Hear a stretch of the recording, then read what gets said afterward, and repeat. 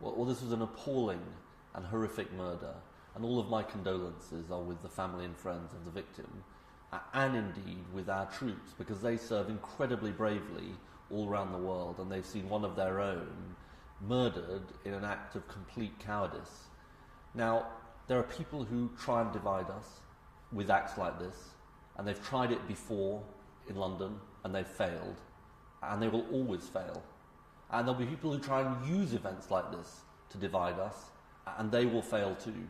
And they'll fail because the British people are united across different faiths, different religions, different backgrounds, in their abhorrence of crimes like this, and in values of decency and tolerance. That is the true character of the British people, and that's why this terror will lose and will fail.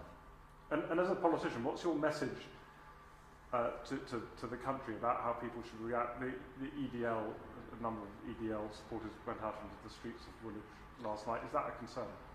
Look, I think there will be people who try and use events like this to try and divide us. They won't succeed because people of every different background and every different religion have come together, and we've seen this over the last 24 hours, in their condemnation of what happened. I think the British people's character is one that has a diversity, a tolerance, an inclusiveness, and also a deep, deep abhorrence of the kind of act we saw yesterday.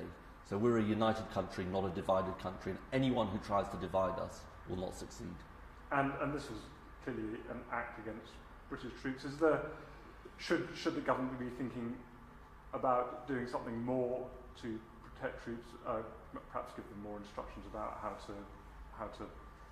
what to wear in public. Well, look, the government has our full support in the actions they are taking. We stand united as an opposition with the government in the measures they're taking in response to this crisis. That's what I said to David Cameron when I spoke to him earlier on today.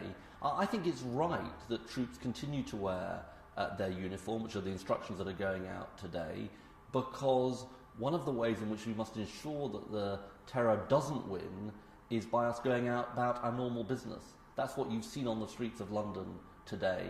That's what we're going to continue to do. And that is the best sign that we can send, the best signal we can show that life will carry on in Britain and that the terror won't win.